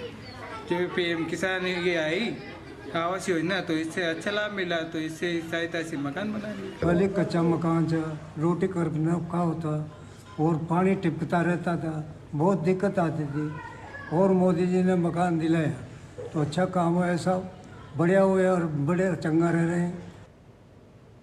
प्रधानमंत्री आवास योजना ग्रामीण ने उत्तर प्रदेश के भदोई गांव की तस्वीर बदल दी है। इस योजना के तहत गांव की कई महिलाओं को पक्के मकान मिले हैं, जिससे उनके चेहरे पर खुशी की चमक लौट आई है। शीला धीवर और नगीना देवी जैसी महिलाएं जो पहले टीन की झोपड़ी में रहने को मजबूर थीं, अब अपने नए पक्के घरों में रह रही हैं। इस योजना से उन्हें बारिश और सर्दी के मौसम में झेलने वाली परेशानियों से निजात मिल गई है। ग्रामीणों ने प्रधानमंत्री नरेंद्र मोदी का इस योजना के लिए आभार व्यक्त किया है। उन्होंने कहा कि इस योजना से उनके जीवन में बहुत सुधार हुआ है और अब वो एक सुरक्षित और मजबूत घर में रह सकते हैं। घर गिरता था, रात रहते थे, बैठ के रात बिताते थे। मोदी जी की कृपा से हम सब छांव में रह रहे। हमारे पास रहने की जगह नहीं रहा, रह इच्छा नहीं रहा, आवास मिल गया तो हम लोग बाही इसमें। हमारे पास घर नहीं रहा, कच्चा घर रहा, हम लोग कच्चा घर में रहते रहे, वो गिर गया रहा। हम लोग के प्रधानमंत्री के तरफ से मिला आवास मिला, हम लोग अच्छे से रहते हैं। प्रधानमंत्री के धन्यवाद। उत्तर प्रदेश में देश की पहली नाइट सफारी बनाने की दिशा में मुख्यमंत्री योगी आदित्यनाथ ने मंगलवार को अपने सरकारी आवास पर एक उच्च स्तरीय बैठक की, जिसमें मुख्यमंत्री के सामने प्रस्तावित कुकरेल नाइट सफारी पार्क एवं जू का प्रस्तुतिकरण दिया गया। राजधानी लखनऊ में बनने जा रही ये नाइट सफारी देश और दुनिया के प्रकृति प्रेमियों के लिए एक नया गंतव्य होगा। ये दुनिया की 5वीं नाइट सफारी होगी। इस मौके पर मुख्यमंत्री योगी आदित्यनाथ ने कहा कि दिसंबर 2026 में उत्तर प्रदेश देश को पहली नाइट सफारी का उपहार देगा।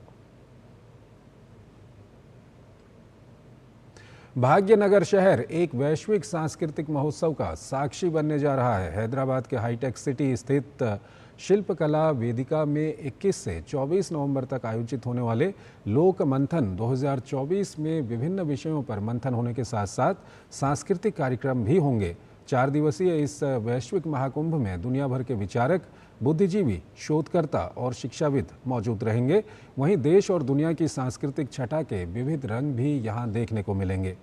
महोत्सव का औपचारिक उद्घाटन 22 नवंबर को राष्ट्रपति द्रौपदी मुर्मू करेंगी। साथ ही महोत्सव में पूर्व उपराष्ट्रपति M वेंकैया नायडू, केंद्रीय मंत्री निर्मला सीतारमण, गजेंद्र सिंह शेखावत, RSS प्रमुख मोहन भागवत और अन्य राज्यों के मुख्यमंत्री, उप मुख्यमंत्री, राज्यपाल सहित कई गणमान्य हस्तियां शिरकत करेंगी। इस अंतर्राष्ट्रीय सम्मेलन का उद्देश्य भारत की प्राचीन कला संस्कृति के उदात्त पक्षों से दुनिया को परिचित कराना है। कोयला एवं खान मंत्री व लोकमंथन 2024 की स्वागत समिति के अध्यक्ष जी किशन रेड्डी ने बताया कि 1500 से ज़्यादा कलाकार आयोजन में प्रस्तुति देंगे। साथ ही विलुप्त होती संस्कृति को सहेजने और जनजातियों की संस्कृति को दर्शाने सहित विकसित भारत के संकल्प को पूरा करने में ये आयोजन महत्वपूर्ण भूमिका निभाएगा।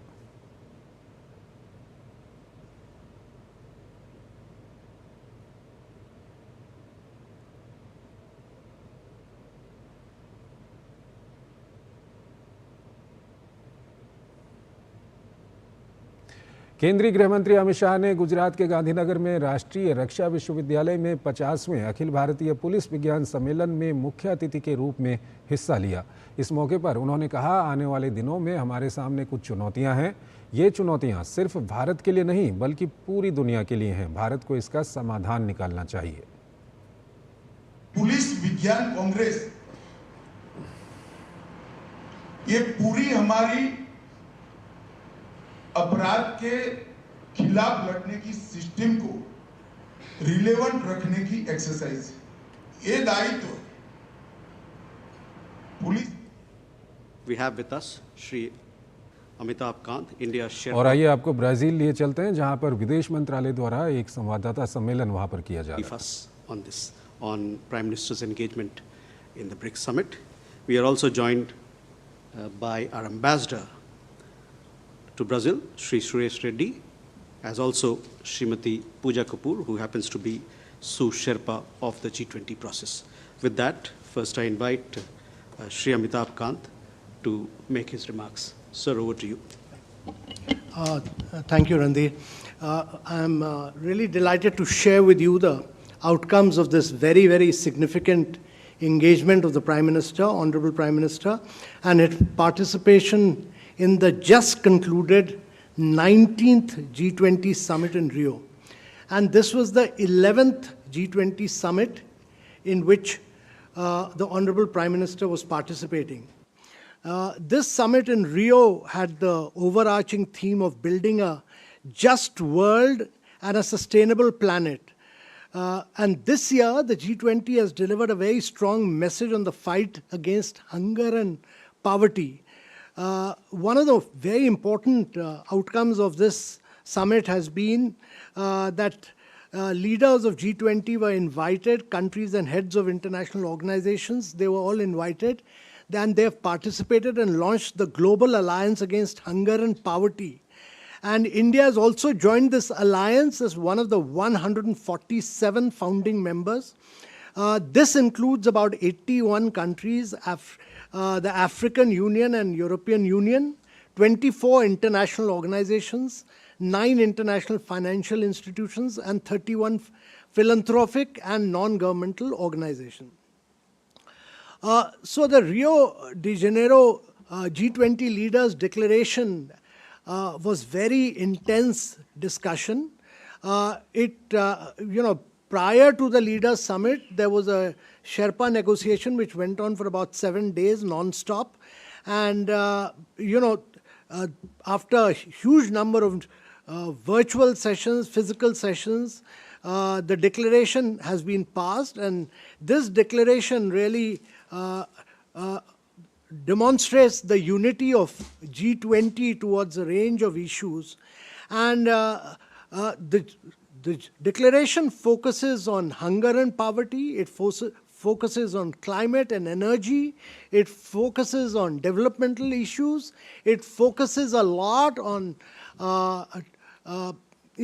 accelerating the pace of sustainable development goals. There's been a huge emphasis on climate and energy also, but it also focuses a lot on a major component of this was geopolitics. The declaration has underlines the immense human suffering and adverse impacts of ongoing conflicts. It builds on everything that the New Delhi leaders' declaration had said in its geopolitics para relating to the planet and people. And it largely, that the para in Rio has been drawn from the New Delhi leaders' declaration. And the declaration also has expressed concern over the situation in Middle East because that was a new conflict which had come up. And therefore, that there is a complete para on the Middle East conflict as well. But I would like to point out that the Prime Minister spoke in 2 sessions, one on hunger and poverty and the other on sustainable development and energy transition. And in both of them, he highlighted the huge impact which India had made. In the first one, he highlighted about lifting 250 million people above the poverty line and what measures India has taken. So his speeches are available. So, and in the second one on sustainable development, he emphasized how India is meeting this target of 500 gigawatt of renewable energy, or India is the only country of G20 which has achieved its targets 9 years ahead of schedule and has already achieved 200 gigawatt. But I would emphasize that many of the ambitions, as you are all aware, that the New Delhi Leaders' Declaration was under Prime Minister's leadership, was very inclusive. It was very forward-looking, and it was very ambitious. And many of the ambitions and the key outcomes from the New Delhi Leaders' Declaration find a place in the Rio Declaration. And I would emphasize that the importance of mainstreaming life, that is lifestyle for environment figures here, the speedy implementation of G20 2023 action plan on accelerating progress on SDG figures here, the acknowledgement of digital public infrastructure and the role of data for development figures here, the encouragement of women-led development figures here, and the recognition of towards better, bigger and more effective multilateral development bank figures here. There is a Deccan high-level principle on food security and nutrition which has been reiterated. The role of traditional and complementary medicine figures here. And in climate, moving from billions to trillions of dollars figures here, and India push for ambition in a very big way on climate finance by bringing in the concept of billions to trillions, as well as emphasizing the new collective qualified goals of new funding. And the resolution, the declaration reiterates what was said in New Delhi on tripling renewable energy and doubling energy efficiency. And therefore, many of these issues find a place here. The Prime Minister has reiterated India's commitment to sustainable development. He had highlighted in a very major way the strides made in energy transition, including the renewable energy sector. I would merely say that there has been a lot of emphasis on what has been achieved earlier in New Delhi. And only other point I would like to make is that in addition to this, there was a declaration. A declaration was also done on digital public infrastructure and artificial intelligence and data for governance. And this was important because throughout our G20, we had highlighted and emphasized the digital public infrastructure last year. And this, to my mind, this is a very major step forward because this was an opportunity to demonstrate that DPI can be a very major driver of removing hunger, poverty, and inequality. And the benefits of growth through DPI will flow to the people of the world. So we linked it up with DPI, artificial intelligence, and how data for governance based on our own experience of aspirational district can be used. We had today in the event, several countries participated. We had Italy, Portugal, Spain, Singapore, Norway, Nigeria, and we had the United Nations, World Bank, WTO, IMF, WHO, all of them participating, which now truly demonstrates, and this declaration has also been endorsed by Germany and France, which truly demonstrates that through the G20, we've made digital public infrastructure a worldwide movement based on open source, open API, globally interoperable standard, and therefore for the benefit of the citizens of the world, and therefore they will really own the data. And we are seeing more and more countries of the advanced world, the Western world, also joining us in this collaboration. With these few words, I'll conclude. Thank you. Thank you, sir. I now invite Foreign Secretary to brief us on Prime Minister's bilateral meetings and other engagements. Sir. Thank you, Randhir. As you are probably aware, Prime Minister had the opportunity to meet with a large number of world leaders on the sidelines of the ongoing and just concluded G20 summit. There were 10 formal bilateral meetings that he had, and besides that, a number of pull-asides as well. There were 6 bilateral meetings yesterday with the newly elected president of Indonesia, the newly elected Prime Minister of Portugal, with the Prime Minister of Italy, the Prime Minister of Norway, the newly elected Prime Minister of the United Kingdom, and with President Macron. We've already issued press releases in respect of these meetings. If there are any questions about that, I would be happy to answer them. Today, there were 4 bilateral meetings first of all, in the morning with the host of the G20 summit, President Lula of Brazil. Prime Minister also met with the newly elected president of Chile, and also he had his first ever meeting with the president of Argentina. And his bilateral meetings today concluded with the annual India-Australia summit with the Prime Minister Albanese. This was the second India-Australia summit. As I said, there were a large number of pull-aside meetings, amongst them with the President of the United States, the Prime Minister of Singapore, the Prime Minister of Spain, the President of Egypt, President of the Republic of Korea, the UN Secretary General, and the President of the EU Commission. Let me say just a few words about the meetings that were held today, and we will be issuing press releases about each one of these meetings as well. The first meeting, as I said, was with President Lula of Brazil.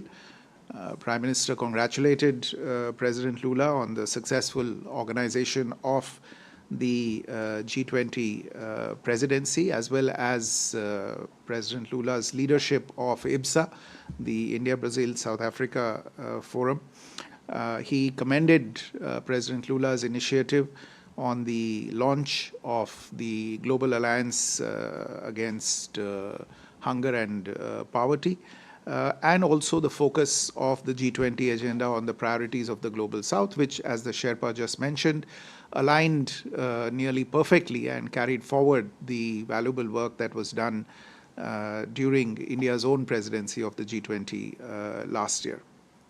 The President and the Prime Minister held discussions on enhancing the India-Brazil strategic partnership. Both of them agreed that there was still more potential to be explored and exploited in this partnership in a variety of areas, ranging from agriculture to defense, to digital technology, tourism, biofuels, pharmaceuticals, and space.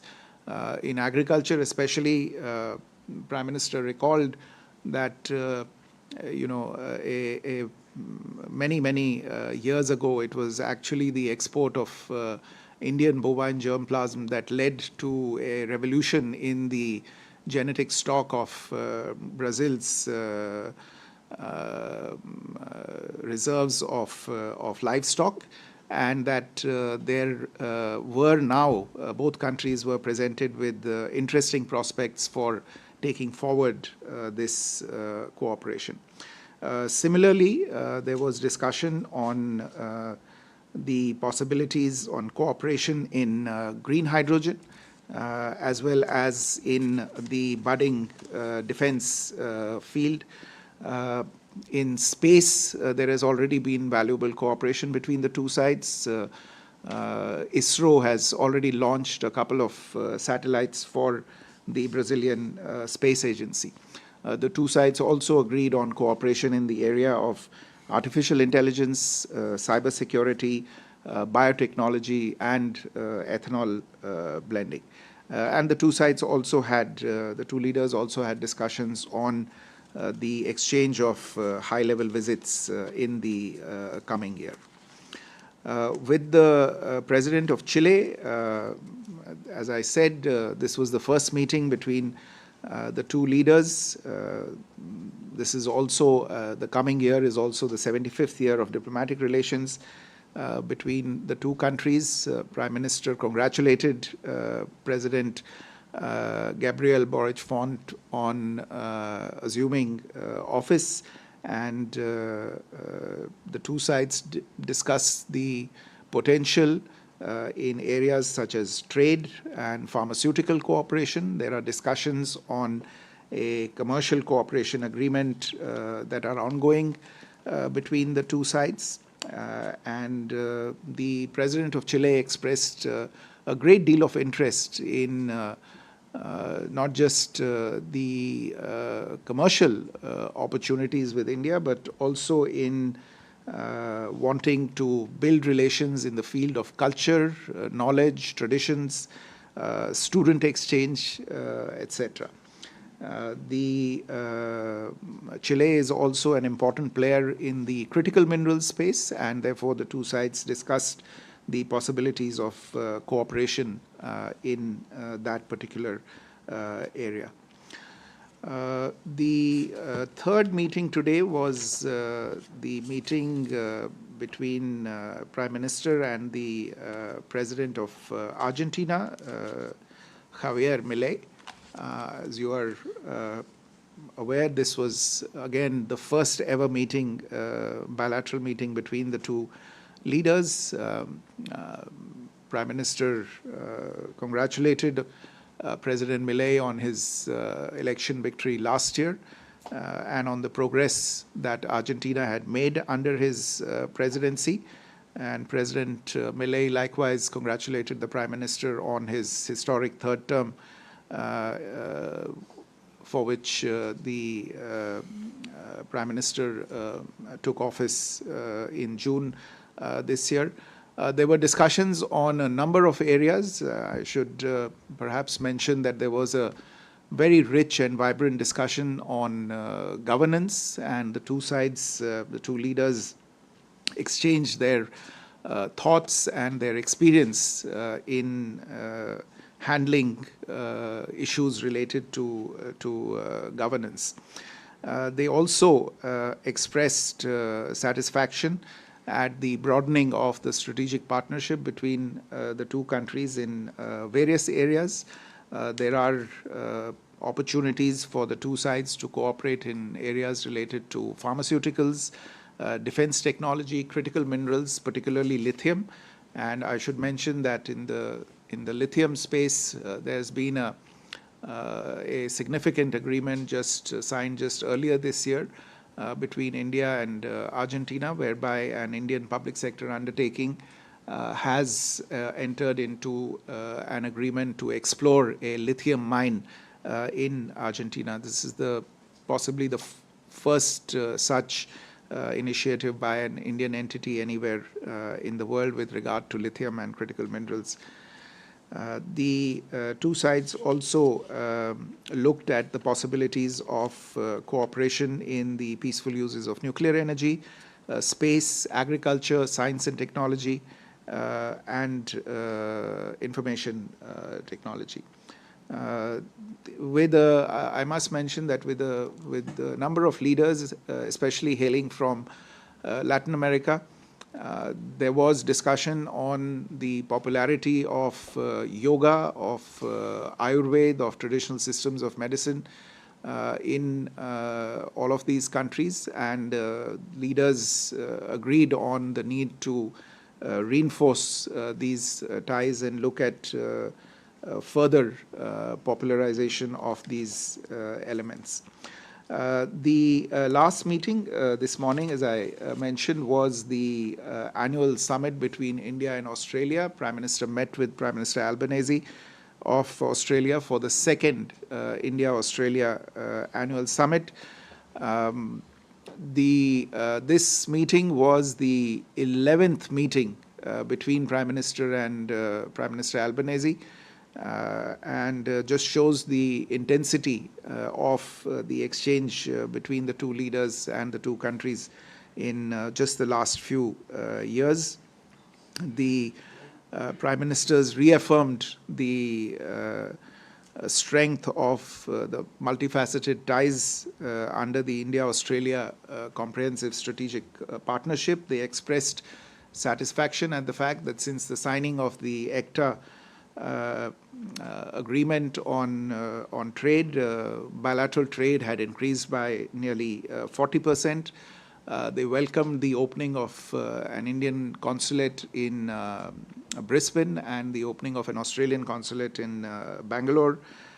Prime Minister welcomed the presence of Australian universities in India, and the two leaders agreed to take forward the already existing cooperation in areas related to defense, critical minerals, ports, space, and shipbuilding. The highlight of the meeting, however, was the launch of the renewable energy partnership between the two countries. With the launch of the renewable energy partnership, both sides expect to bring greater energy and drive to this most important of areas for cooperation between the two sides.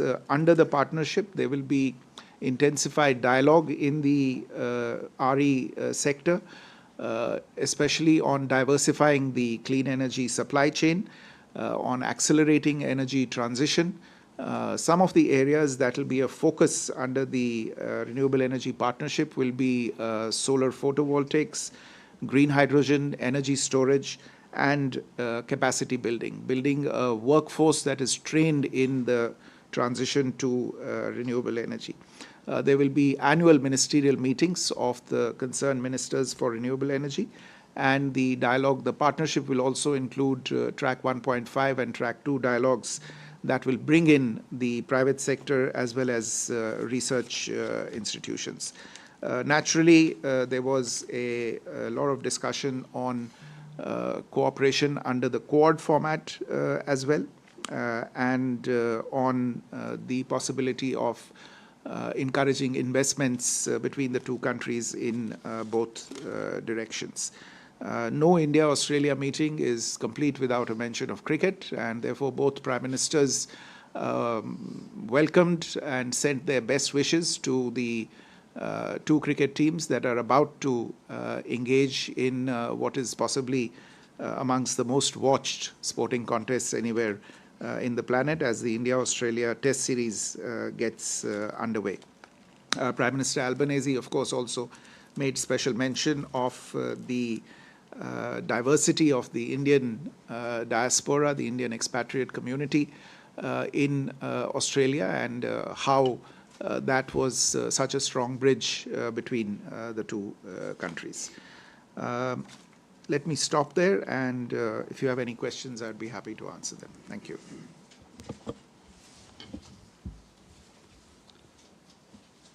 Yeah, questions? Sahil? Sir, I'm Sahil from ENI. My question is related to India's position in G20 as well as the voice of the Global South. What are the issues of the Global South raised during this presidency of Brazil? Questions. More questions? Yeah. Okay. Gautam. So this is Gautam Roy from DD India. I just wanted to ask Mr. Kant, in terms of the G20 declaration, the Rio declaration, it had a lot of content on how to tackle climate change, and there was an expectation that it will aid the process that is ongoing in Azerbaijan as well, with the COP29 in terms of reaching some sort of agreement on climate financing, the billions to trillions aspect. Could you tell us how that process has helped along with what has been discussed in Rio? More questions? Please. Good afternoon, sir. I'm Sakshi from All India Radio. So my question is, how does India view the role of G20 compared to other multilateral forums? And what unique contribution does it believe that G20 can make to address the issues of global challenges that we are facing now? Mm-hmm.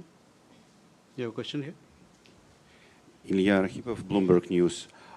Could you please tell us about India's position on the escalation between in conflict between Russia and Ukraine. Is India disappointed that President Putin didn't listen to Prime Minister Modi calls for finding a peaceful solution, and instead he brought North Korean troops into the conflict? Does it change anything for India in terms of how India views this conflict?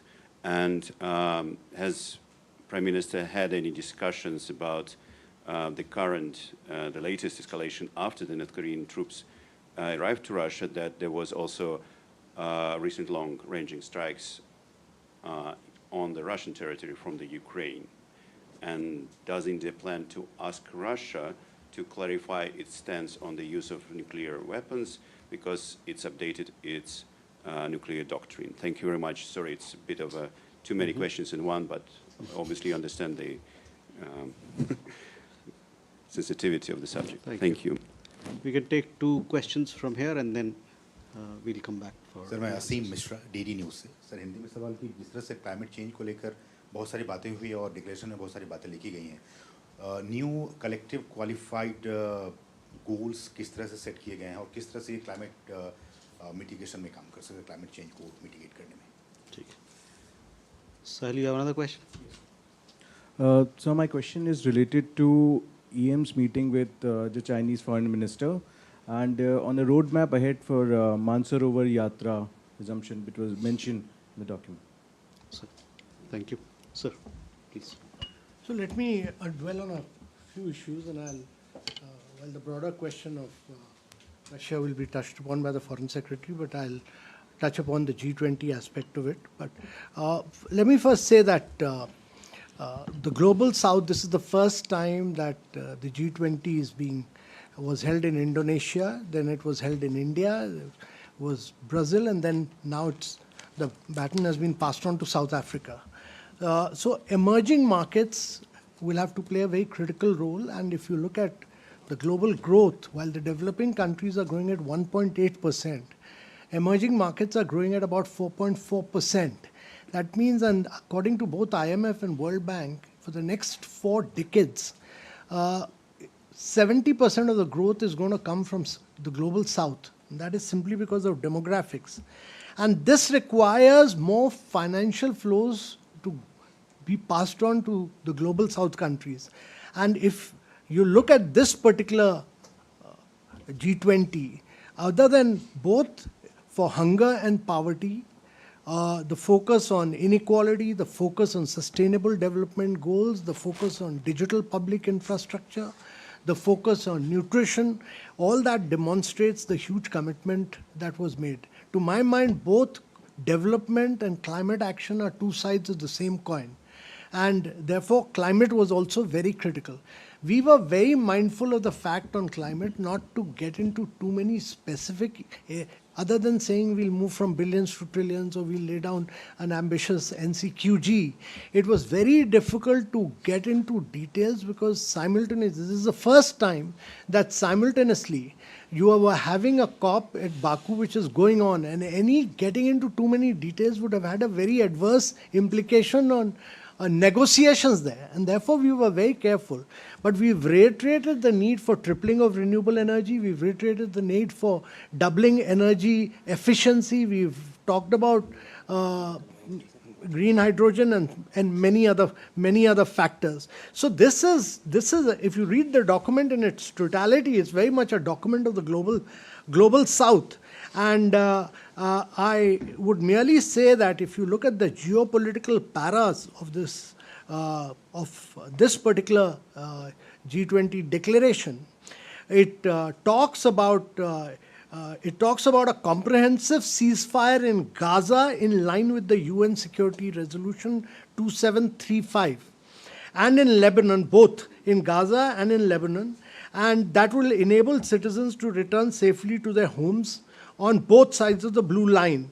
It also talks about the commitment to the vision of a two-state solution where Israel and Palestinian state live side by side in peace within secure and recognized borders. This is as far as the Middle East is concerned.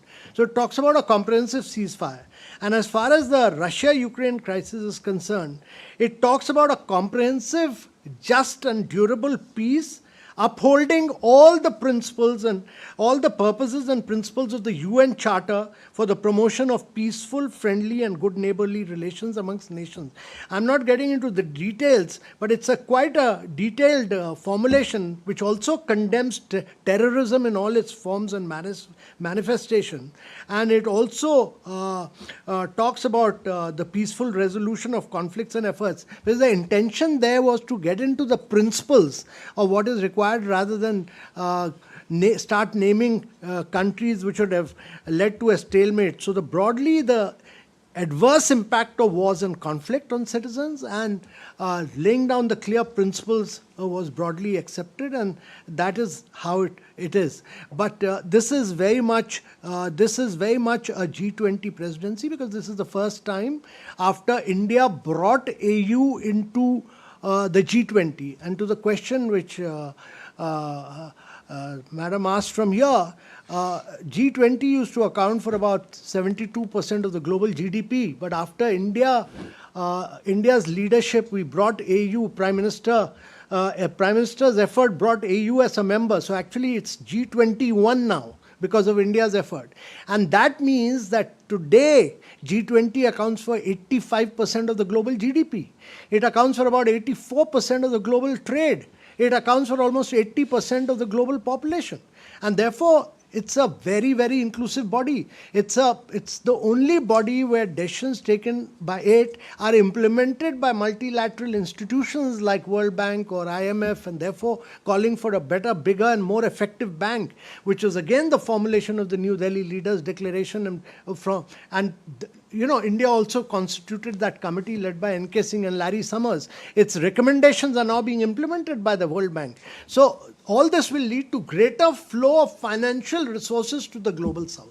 Thank you. Let me address these other two questions. I think on the question related to Russia, Ukraine, well, obviously this was a subject that formed part of discussions in a number of bilateral meetings. And as Sherpa has just also read out the formulation related to this issue, which reflects the consensus position at this point in time with regard to this conflict. A number of developments have happened. You cited some of those developments, but I would say that the fundamental position of India and our approach towards the conflict has not changed in any way. We continue to call for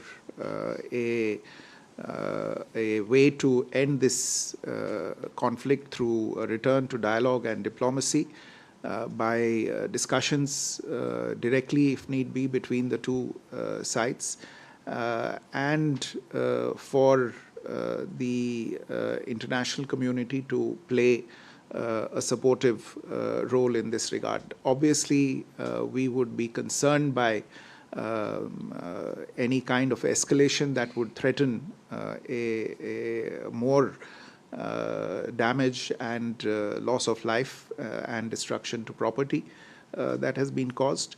With regard to what you said about the statements related to nuclear weapons that have been made, if I'm not mistaken, I think the G20 declaration also has a formulation with regard to this. And again, India's position on the possible use of nuclear weapons in this conflict has also been made clear in the past, and there is no change in that.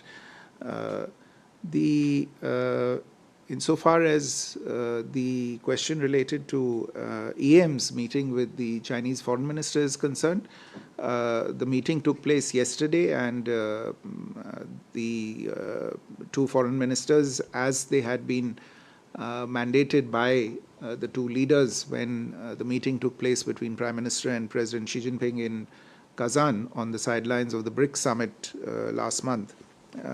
The foreign ministers met to exchange views They reviewed the progress in the recent disengagement in the India-China border areas, and also discussed the next steps that are to be taken in the bilateral relationship. We've issued a press release also on the meeting, and some of those next steps are outlined in that. The two sides are discussing the possible scheduling of an early meeting between the special representatives of the two sides, and there are meetings at the regular institutional level at the foreign minister, foreign secretary, and the vice minister level that are also being discussed. There will be a number of issues of interest that will come up in these meetings. You referred to the Kailash Mansarovar Yatra. In fact, the External Affairs Minister did flag this as one of the issues to discuss. But when the institutional mechanisms start meeting, I'm sure a number of these issues will be taken up in those meetings. Thank you. One last point I want to make is that as Troika member, India has played a very key and critical role in all aspects, whether it was climate, whether it was energy, whether it was geopolitics. Prime Minister's own personal relations, bilateral meetings, etc., have all played a very critical role in, and our membership of Troika has enabled, has been a key catalyst in assisting and supporting Brazil in arriving at a consensus. Thank you. With that, ladies and gentlemen, we come to the close of this press briefing. Thank you very much for your presence.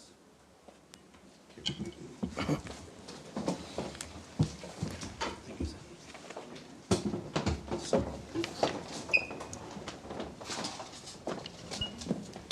तो आप विदेश मंत्रालय के संवाददाता सम्मेलन को देख रहे थे। ब्राज़ील में G20 बैठक से जुड़ी हुई जानकारियां इस संवाददाता सम्मेलन के दौरान दी गई, और प्रधानमंत्री की जो द्विपक्षीय बातचीत हुई है भारत और दूसरे देशों के साथ, उसके बारे में जानकारी दी गई, और G20 में किस तरह से भूख और गरीबी को लेकर के एक गठबंधन बना है, ये सब जानकारियां दी गई। और आइए आपको अगली खबर की ओर लिए चलते हैं। गोवा में 55वें भारतीय अंतर्राष्ट्रीय फिल्म महोत्सव के लिए मंच सज चुका है। श्यामा प्रसाद मुखर्जी स्टेडियम में आयोजन की तैयारियों का जायजा लेने पहुंचे सूचना एवं प्रसारण मंत्रालय में सचिव संजय जाजू से खास बातचीत की डीडी न्यूज़ संवाददाता जया सिन्हा ने। भारत के अंतर्राष्ट्रीय फिल्म महोत्सव के 55वें संस्करण के आगाज में बहुत ही कम समय बचा है। इसके लिए उल्टी गिनती की शुरुआत हो चुकी है। तैयारियां अपने आखिरी मुकाम पर पहुंच चुकी हैं। हमारे साथ हैं संजय जाजू जी, जो है सचिव सूचना एवं प्रसारण मंत्रालय, जो खास तौर पर यहां पहुंचे थे तैयारियों का जायजा लेने के लिए। किस तरह से तैयारी है, क्योंकि 55वां संस्करण बेहद यादगार होने जा रहा है, युवाओं पर फोकस है इस बार खास तौर पर। जी, आपने ठीक कहा, ये संस्करण बहुत यादगार रहेगा, क्योंकि न केवल युवाओं पर फोकस है, साथ ही साथ लेजेंड्स पे भी फोकस है। जैसा आपको पता है कि कल से हमारा international film festival of India Goa में 20 तारीख से 28 तक चलने वाला है। इस बार क्वालिटेटिवली और क्वांटिटेटिवली हमने बहुत सुधार किए हैं, जहां युवाओं से रिलेटेड एक्टिविटीज़ बहुत जोड़ी गई हैं। साथ ही साथ अगर आप देखें तो हमारे 4 बड़े legends, Raj Kapoor ji, Mohammed Rafi, ANR from south and Tapan Sinha ji, हमारे 4 लेजेंड्स को हम इनकी सेंटिनरी सेलिब्रेशंस इस बार मना रहे हैं। कल हमारे देश का अपना OTT भी यहाँ पर लॉन्च होगा, जिसका भी हमें सभी को बेसब्री से इंतज़ार है। तो हमें पूरी उम्मीद है कि ये फेस्टिवल अपने आप में एक मील का पत्थर साबित होगा। अब अपना OTT प्लेटफॉर्म हम लेकर आ रहे हैं। किस तरह से आप देखते हैं कि बाजार में एक कंपटीशन, प्रतिस्पर्धा बढ़ती हुई नजर आएगी जब प्रसार भारती का OTT प्लेटफॉर्म लॉन्च होगा? तो कंपटीशन तो किसी भी मार्केट इकोनॉमी के लिए बहुत अच्छी बात है, पर हम कोई इसको कंपटीशन के हिसाब से नहीं कर रहे हैं। इसमें कोशिश की जा रही है कुछ नया करने की। नया ये है कि सिर्फ एक कुछ सीरीज़ दिखाने के लिए या मूवीज़ दिखाने के लिए OTT नहीं बनाया गया। ये भारत का अपना OTT है और उसमें कई चीज़ें जोड़ी गई हैं। ख़ास तौर पे जो हमारा पूरा आर्काइवल मटेरियल है, चाहे दूरदर्शन का हो, चाहे हमारे फिल्म डिवीज़न का हो, वो सब भी इसमें शामिल किया गया है। कई चैनल्स हैं जो कि कोलैबोरेशन के साथ लाइव चैनल्स इस OTT के ऊपर चलेंगी। हमारे फ़ोटो डिवीज़न के जो हमारे इतने हेरिटेज और इतने बेशकीमती हमारे जो पिक्चर्स हैं, उनकी भी एल्बम्स इस पर रिलीज़ की जाएंगी। हमारी किताबों को पब्लिकेशंस डिवीज़न जो हमारे देश का बड़ी अच्छी अच्छी किताबें बनाता है, उन किताबों को भी इस प्लेटफॉर्म पे लाया जाएगा। तो अपने आप में ये प्लेटफॉर्म बहुत सारी चीज़ों का एक कॉन्वर्जेंस रहेगा। तो मंच सज चुका है, तैयार हो जाइए सिनेमा के इस महाकुंभ के लिए, तैयार हो जाइए भारत के अंतर्राष्ट्रीय फिल्म महोत्सव के 55वें संस्करण के लिए। कैमरा पर्सन अजीत के साथ जया सिन्हा, डीडी न्यूज़, पणजी, गोवा। इस बार फिल्म महोत्सव में गोवा की फिल्मों का खास पैकेज देखने को मिलेगा। इफ्फी की तैयारियों का जायजा लेने पहुंचे गोवा के मुख्यमंत्री प्रमोद सावंत से डीडी न्यूज़ ने खास बातचीत की। साल दर साल हम देख रहे हैं कि इफ्फी के आयोजन नए आयाम को छू रहा है। इस बार क्या खास तैयारी है? इस बार कई नई पहले की है, नई शुरुआतें हैं इस बार?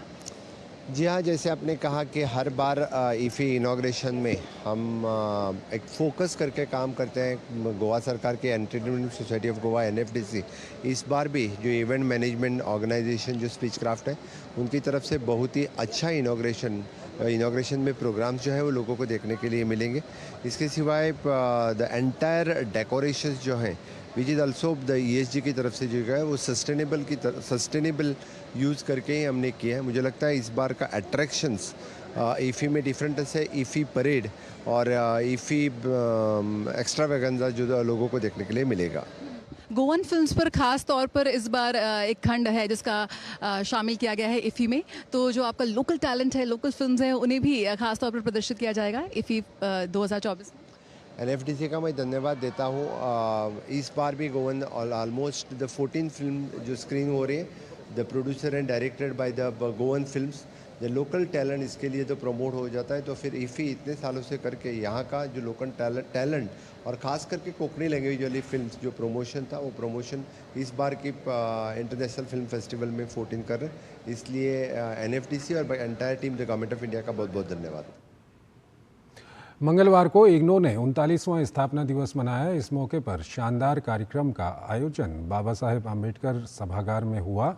AICTE के अध्यक्ष प्रोफेसर TG सीताराम ने स्थापना दिवस पर व्याख्यान दिया तो मुख्य अतिथि शिक्षा राज्य मंत्री सुकांत मजूमदार ने इस बात पर जोर दिया कि इग्नू में हर जन का विश्वविद्यालय सभी के लिए एक विश्वविद्यालय की भावना को मूर्त रूप देते हुए वैश्विक शैक्षिक केंद्र बनने की क्षमता है। डॉक्टर सुकांत मजूमदार से खास बात की हमारी सहयोगी शैला निगार ने।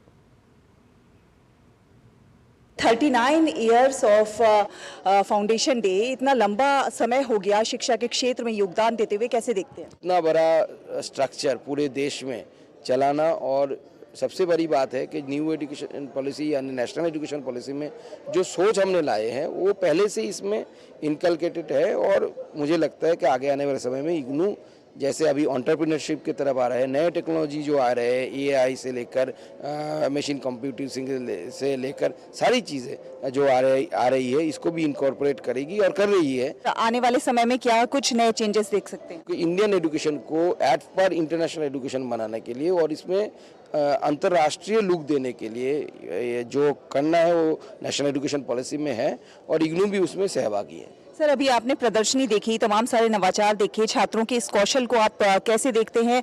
देश के विकास के लिए किस तरह से मददगार साबित हो सकते हैं? हमारे एजुकेशन सिस्टम में जो सालों से आफ्टर इंडिपेंडेंस जो हमने चालू किया उसमें इस एक चीज़ की कमी थी कि इनोवेशन की कमी थी, जिसे नवाचार भी बोलते हैं। आज आदरणीय प्रधानमंत्री नरेंद्र मोदी जी के नेतृत्व में जो नेशनल एजुकेशन पॉलिसी बना है, इसमें जो मेन चीज़ है नवाचार को एजुकेशन में लाना, नए तरीके से हम सोचें, अपने समस्याओं का हम खुद समाधान निकालें, बाहर के देशों के तरफ ना देखते रहे कि उनके साइंटिस्ट क्या करेंगे और उसको लाके यहाँ पे कॉपी पेस्ट करना, यहाँ पे थोपना। इसको ख़त्म करके नई चीज़ें सीखे बाहर से, लेकिन भारत की समस्या भारत के द्वारा सलूशन हो, भारत के युवाओं की तरह सलूशन हो। और ये नवाचार जो आ रहे हैं, हमारे युवा दे आर इमेंसली टैलेंटेड है, तो they are equipped enough to provide the solution of our indigenous problem. युवा शक्ति जो है और युवाओं के जो नवाचार हैं वो देश को प्रगति के पथ पर आगे ले जाने में सहायक साबित हो सकते हैं। कैमरा पर्सन विश्व बंधु के साथ मैं शैला निगार, DD न्यूज़ के लिए। भारत अंतर्राष्ट्रीय व्यापार मेले में मध्य प्रदेश के मुख्यमंत्री डॉक्टर मोहन यादव ने मेले का अवलोकन किया। व्यापार मेले में मध्य प्रदेश ने अपना राज्य दिवस समारोह भी मनाया। पेश है हमारे संवाददाता गिरीश निशाना की ये खास रिपोर्ट। दिल्ली के भारत मंडपम परिसर में चल रहे 43वें भारत अंतर्राष्ट्रीय व्यापार मेले में मंगलवार को मध्य प्रदेश के मुख्यमंत्री डॉक्टर मोहन यादव ने मध्य प्रदेश के पंडाल का उद्घाटन किया। इस मौके पर उनके साथ केंद्रीय मंत्री सावित्री ठाकुर, मध्य प्रदेश सरकार के MSME मंत्री चैतन्य कश्यप, नगर विकास और आवासन मंत्री प्रतिमा बागरी मौजूद रहे। पंडाल में प्रदेश के हस्तशिल्प, हस्तकला, ODOP और MP के GI उत्पादों का प्रदर्शन किया गया है। इस मौके पर मध्य प्रदेश के CM डॉक्टर मोहन यादव ने कहा कि PM मोदी के नेतृत्व में जिस प्रकार GDP बढ़ाने के अवसर मिल रहे हैं, उससे हम हमारे लक्ष्यों को हासिल करेंगे। हमारे बजट को 5 साल में 3.5 लाख करोड़ से 7 लाख करोड़ तक ले जाएंगे। हम अपनी ग्लोबली इन्वेस्टर समिट करने जा रहे हैं, जिसके लिए मैं स्वयं इंग्लैंड और जर्मनी निमंत्रण देने जा रहा हूं। मुझे इस बात का पूरा भरोसा है, यशस्वी प्रधानमंत्री के नेतृत्व में जिस प्रकार से उद्योग, व्यापार, व्यवसाय को बढ़ाने के लिए, GDP बढ़ाने के लिए अवसर मिल रहे हैं, मुझे पूरा भरोसा है कि हमारी GDP भी हम अपने लक्ष्य को हासिल करेंगे। हमारे बजट को 5 साल में 3.5 लाख करोड़ से 7 लाख करोड़ तक ले जाएंगे। मुख्यमंत्री के अवलोकन के साथ ही अपने उत्पादों को प्रदर्शित करने वाले प्रदर्शक भी काफी उत्साहित नजर आए। हम लोगों में भरपूर उत्साह भरा हुआ है। आज हमारे यशस्वी मुख्यमंत्री माननीय मोहन जी यादव साहब ने हमारे स्टॉल पर आए और उनके साथ में MSME मंत्री माननीय श्री चैतन्य जी कश्यप साहब भी यहाँ पर आए। हम लोगों में जो उत्साह था दुगना हो गया है और उम्मीद कर रहे हैं कि आने वाले समय में यहाँ पर जो सेल हमको मिलेगा बहुत ही अच्छा मिलेगा। हम लोगों के जो प्रोडक्ट हैं वो यहाँ पर कुर्ता पजामा जैकेट हम लोग बनाते हैं, जिसका दिल्ली वासियों ने खूब ज़्यादा पसंद किया है। ये आम, चीकू, बनाना और पाइनएप्पल है। ये सत्तू ईटा चौको है, सत्तू और मोरिंगा के साथ बनाया गया है। Is the best alternative of other chocolate drinks जो हम लोग दूध वगैरह में मिला के पी रहे हैं। और सत्तू ईटा जलजीरा जो हम लोग वेलकम ड्रिंक्स या अदर पेयजल पीते हैं, पदार्थ पीते हैं, उसकी जगह हम इसे सत्तू और मोरिंगा के साथ में बन के बनाया गया है। ये रॉ हनी है, रॉ और अनफिल्टर्ड हनी है सर ये, और ये शतावरी का अचार है। 11 सुपर फूड्स का ब्लेंड है। इसमें आंवला, अश्वगंधा, गिलोय, तुलसी, शतावरी, काली मिरी, हल्दी और मोरिंगा ऐसे 11 नींबू तत्वों को मिला के शैशे फॉर्म में बनाया गया है। अंतर्राष्ट्रीय व्यापार मेले में मध्य प्रदेश दिवस समारोह का भी आयोजन किया गया। यहाँ मुख्यमंत्री ने कुछ लोगों को सम्मानित भी किया। इसके साथ ही कलाकारों ने यहाँ रंगारंग कार्यक्रम भी पेश किए। गिरीश निशाना की रिपोर्ट, DD न्यूज, दिल्ली। तो इस बुलेटिन में फिलहाल इतना ही। आप बने रहिए DD न्यूज के साथ। नमस्कार।